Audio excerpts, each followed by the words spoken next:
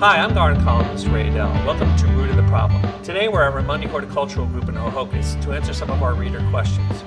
I'm with Chris Raimondi, owner of the group.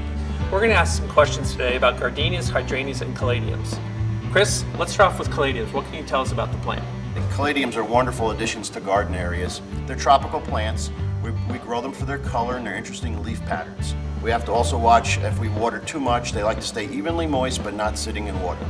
They live in zone 9 through 11, so they're perfect for here just for the summer months.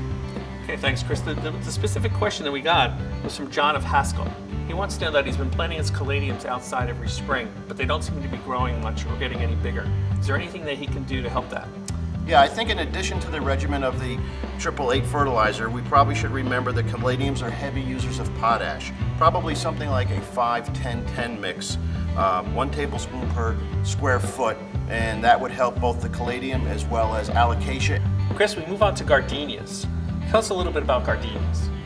Wow, gardenias are one of my favorite plants. Gardenias arrive to you in a bush form, such as this plant, or a standard where we actually have a plant that's formed into a tree. Gardenias are tricky.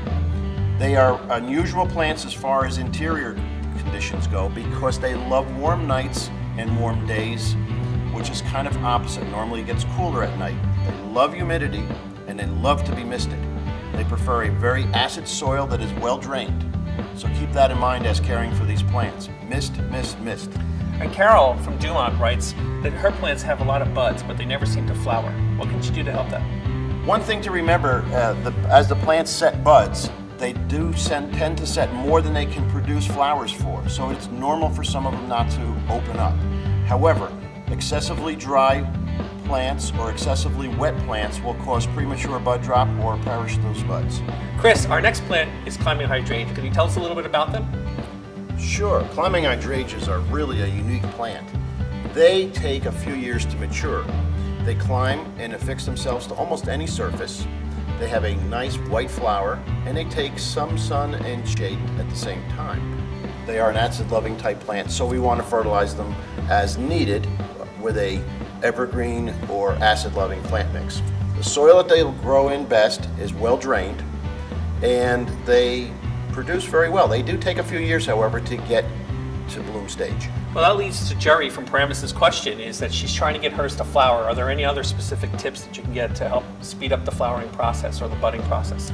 Well, I don't know about speeding it up because It is what it is. However, remember they're a juvenile form for 2 to 3 years, perhaps even longer, and if it gets exceptionally cold one winter, they could sacrifice their buds, and that may be what happened for her plant because we had 2 winters ago, we had a tremendous cold, snowy winter.